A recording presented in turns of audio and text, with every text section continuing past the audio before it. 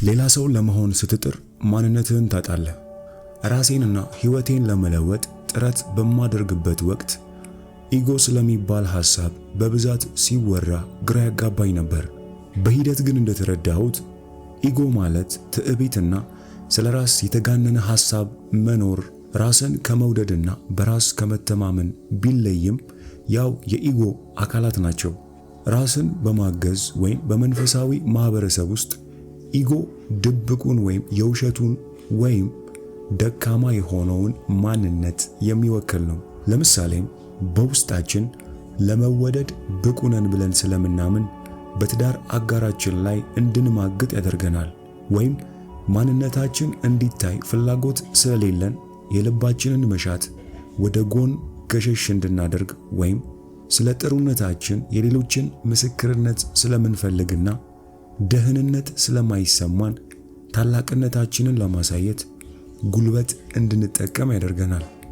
በሌላ አነጋገር የኢጎ ጉዞ ለመጓዝ ከአንድ በላይ መንገድ አለ።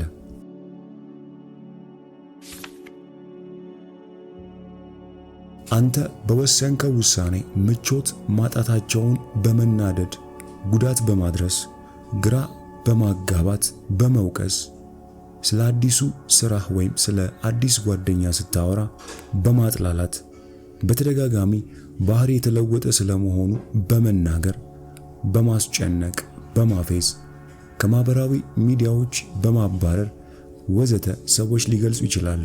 እኛ ሰዎች ድሃ ለመሆን ከማይረቡ ሰዎች ጋር ለመወዳጀት ሕይወታችንን ስለምንጠላው በሰዎች ፊት ለማልቀስ ዋናው መነሻችን ምን ያህል ጠንካራ እንደሆንን አለማወቃችን ወይም ዩኒቨርስ ምን ያህል የተትረፈረፈ ስለመሆኑ አለመንቃታችን እንደሆነ ስለማምን ከዚህ ጀምሮ ኢጎን ታላቁ እንቅልፍ እያልኩ ብገልጸው ብዙም ግራ የሚያጋባ ሳይሆን እንዲያውም የተሻለ ነው ብዬ አስባለሁ።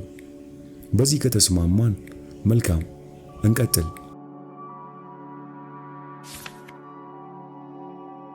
ታላቁ እንቅልፍ ማለትም ኢጎ የሚሰራው በሐሰተኛ እምነቶች መሰረት ነው።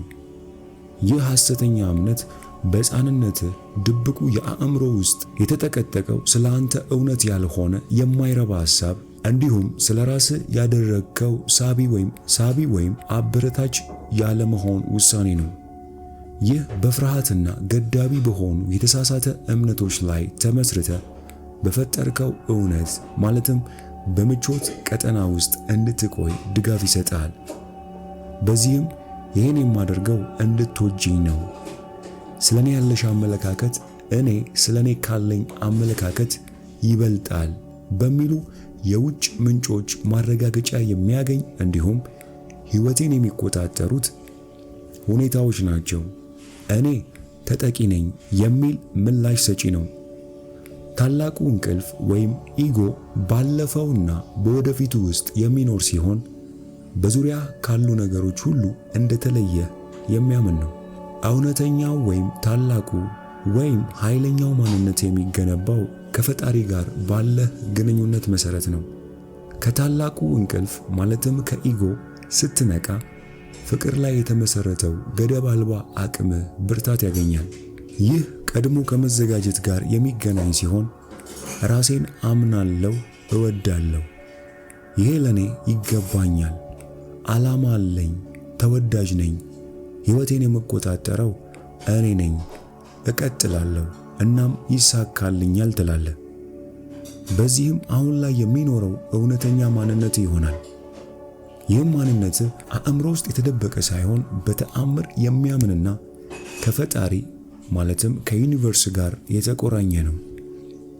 መጠኑ ቢለያይም ሁላችንም ሕይወትን በመጥፎም ይሁን በበጎ እናውቃታለን። በርካቶች የሚኖሩት በታላቁ እንቅልፍ ማለትም በኢጎ ውስጥ ለነሱ ከቀረቡት እድሎች እጅግ ርቀው በመሆኑ ሙሉ በሙሉ ከትልቁ እንቅልፍ ማለትም ከኢጎ የነቃ ሰው መኖሩ የሚያጠራጥር ነው። በዙሪያቸው ምን እንዳለ የሚገነዘቡ ሰዎች በጣም ጥቂቶች የሆኑበት ምክንያት የምንኖረው ከታላቁ እንቅልፍ ማለትም ከኢጎ ለሚነቁ ከምቾት ቀጠናቸው ለሚወጡና ልባቸው የሚመራቸውን ያልታወቀውን ነገር የሚከተሉ ሰዎችን የሚያጣጥል በፍርሃት ላይ የተመሰረተ ማህበረሰብ ውስጥ ስለሆነ ነው። ትልቅ የእምነት እርምጃ መውሰድ አብዛኛውን ጊዜ ስኬታማ ሆነ እስክትታይ ድረስ ኃላፊነት እንደማይሰማው ወይም እንደ ራስ ወዳድ ወይም እንደ እብድ ይታያል። ይህም የሚሆንበት ምክንያት ሕይወቱን ሙሉ ስኬታማ ላለመሆኑ ሰበቦችን ለመደርደር ሲጥር የነበረ ሰው ሌሎች ሙሉ በሙሉ ለሚፈልጉት ነገር መጓዝ ሲጀምሩ ሲያይ ይበሳጫል። ነገሩን ለማጠቃለል ከኢጎ ወይም ከታላቁ እንቅልፍ በመንቃት በሕይወት ትልቅና በጎ ለውጥ ለማምጣት ስትወስን የሚደግፉ በርካታ ሰዎች ቢኖሩም አንድ ልታልፈው ወይም ልትጋፈጠው የሚያስፈልግ ጉዳይ ከማይረቡ ሰዎች የሚመጣብህ ተቃውሞ ነው። ባይመስልህም ተጽዕኖ የቅርብ ከሆኑ ሰዎች ጭምር ሊመጣ ይችላል።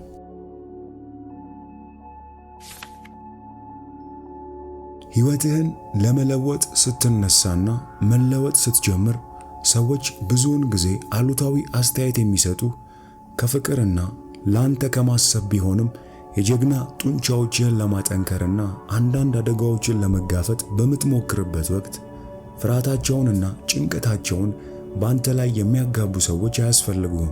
ስለሆነም ከውስጥ የሚመጣውን ኢጎ ወይም ታላቁን እንቅልፍ አሽቀንጥረ መጣል ትግል ስለሚጠይቅህ ወደ ታች እንድትወርድ በሚገፉ ሰዎች ፊት አፍህን እንድትዘጋና በተቃራኒው መጀመሪያውኑ መራመድ የጀመሩ ወይም ለመጀመር በዝግጅት ላይ ያሉ ወይም ሊደግፉና ልትተማመንባቸው ከምትችላቸው ሰዎች ጋር አብረህ እንድትሆን አጥብቄ እመክርሃለሁ። ኢጎ ወደ ውጭ እንዳትወጣ ብቻ ሳይሆን አብረሃት ለዘላለም እንድትኖር እንደምትፈልጋት እናት አይነት ነው። ይህቺ እናት ሐሳቧ መልካም ቢሆንም ሙሉ በሙሉ ፍርሃት ላይ የተመሰረተ ነው። ከአደጋ ነፃ በሆነ እውነታ ውስጥ እስካለህ ድረስ ኢጎ አብሮህ ይኖራል።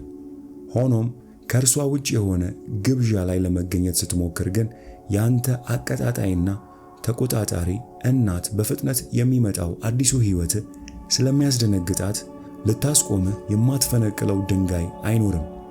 ይህ ደግሞ መልካም አይደለም። ይህ ሁኔታ ልክ ሲጋራ ወይም አደንዛዥ እጽ መውሰድህን ስታቋርጥ እንደሚፈጠረው አይነት ነው። በመጨረሻ ሱስህን ለማቆም ስትወስን ሕይወትህን በእጅጉ የሚያሻሽል ነገር ለማድረግ እርምጃ ወሰድክ ማለት ነው።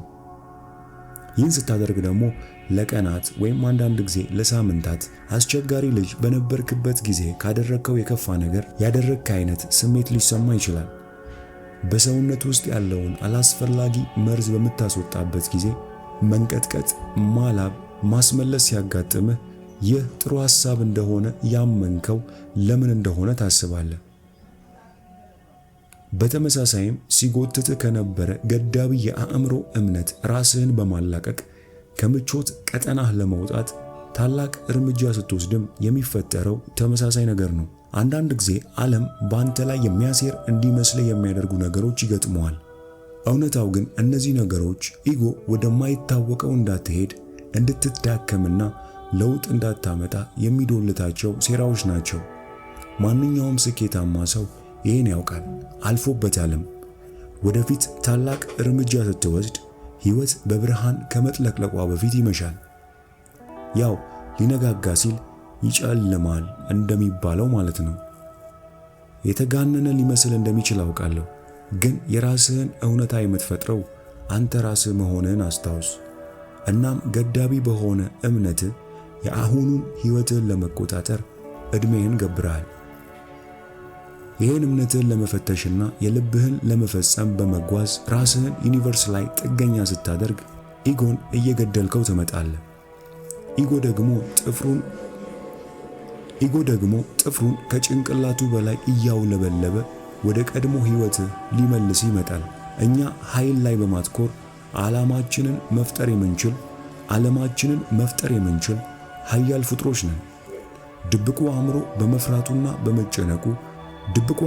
በመፍራቱና በመጨነቁ ኃይል ተጠቅሞ ችግሮችን እንዳንጋፈጥ ሊያስቆመን ቢወስን የሚፈጠሩት ነገሮች መልካም ሊሆኑ አይችሉም። በተለይ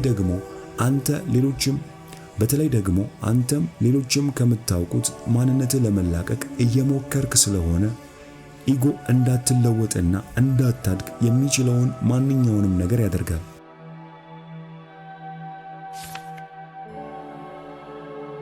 ኢጎ እኛን ለማስቆም አንዳንዴ የስሜት ሌላ ጊዜ ደግሞ አካላዊ እንቅፋቶችን ያበጃል። ከዜሮ በመነሳት የራሱን ኩባንያ ለማቋቋም ከፍተኛ ገቢ የሚያገኝበትን ሥራ ለመተው የወሰነ ደንበኛ ነበረኝ። ከየት እንደሚጀምር፣ ምን መስራት እንደሚፈልግ ወይም እንዴት እንደሚጀምር አያውቅም ነበር። የሚተማመኑበት ቤተሰቦች ቢኖሩትም መንገድ የሚመራው እንኳን አልነበረም። እሱ ግን የሚወደውን ሕይወት ለመፍጠር ቁርጠኛ ስለነበረ የተደላደለ ሥራውን ትቶ አዲስ ለመጀመር ወሰነ። ከኔ ጋር ሲለያይ አንድ ሳይሆን 2 ጎማዎቹ ያለቁ መኪና ይነዳ ነበር። መኪናውን ሲያሽከረክር የልጁ ማስቀመጫ ወደ ሚስቱ መኪና ተቀየረ። ማዕድ ቤት ውስጥ የነበረው ዋናው የውሃ መስመር ፈነዳ። የመጀመሪያውን ትልቁን እርምጃ ሲወስድ በአውቶቡስ ተገጨ። እናም ጉዞውን ለማቋረጥ ይህ ሁሉ አሳማኝ ምክንያቶች ቢገጥሙትም አላቋረጠም። ዛሬ የራሱ አለቃ ነው። የሚወደውን ሥራ እየሠራ ዓለምን ይዞራል። የብዙ ሚሊዮን ብሮች ውል እየተዋዋለ በደንበኞቹ ሕይወት ላይ ትልቅ ለውጥ እያመጣ እየፈጠረና ለልጆቹ በዓላማ ሕይወትን የመምራት ተምሳሌት ሆኖ ይኖራል። የድምፅ ቀረጻ ባለሙያዋ የራሷን ስቱዲዮ ለመገንባት ትወስናለች። ገንዘብና ጉልበቷን ሁሉ የመቅረጫ መሳሪያዎችን፣ ማጉያዎችን፣ ድምፅ ማፈኛ ወዘተ ለመግዛት አዋለች። ብዙም አልቆየ፣ ሁሉ ነገር ወደመባት። ቦታውን ዘግታ አልጋዋ ውስጥ ገብታ መቆዘሙን ትታ ገንዘብ አሰባስባ ህልሟን በድጋሚ ገነባች። አሁን ማግኘት የምትፈልገውን ሙዚቀኛ መምረጥ ትችላለች። በስተመጨረሻም የምትፈልገውን ሕይወት ትኖራለች።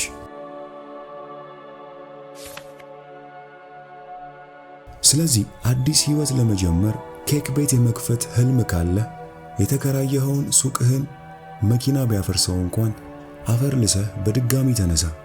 የሱቁን መፍረስ ሱቅ መክፈት እንዳልነበረብህ የሚያሳይ ምልክት አድርገህ እንድትወስደው ከሚነግርህ ከታላቁ እንቅልፍ ራስህን በማላቀቅ በትክክለኛው አቅጣጫ እየተጓዝክ እንደሆነ ተረዳ።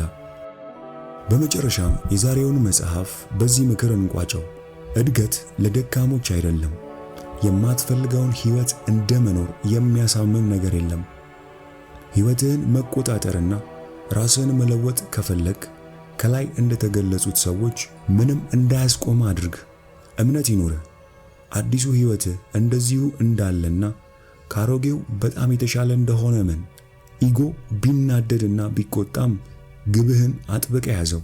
ምንም ቢፈጠር ከመስመር አትውጣ። ምክንያቱም ሕይወትህን በራስህ መንገድ ስትቀርጸው እንደመመልከት የሚጥም ነገር የለም። የዛሬ የመጽሐፍ ቅምሻችን ይመስል ነበር። ከዛሬው የመጽሐፍ ቅምሻ የትኛው ሐሳብ ተመቻችሁ? እስኪ ኮሜንት ላይ ጻፉልኝ። እንዲሁም ይህንን መጽሐፍ ሙሉውን በአማርኛ የምትፈልጉ ብቻ ከታች ባለው የቴሌግራም ሊንክ አድራሻ ልትጽፉልኝ ትችላላችሁ።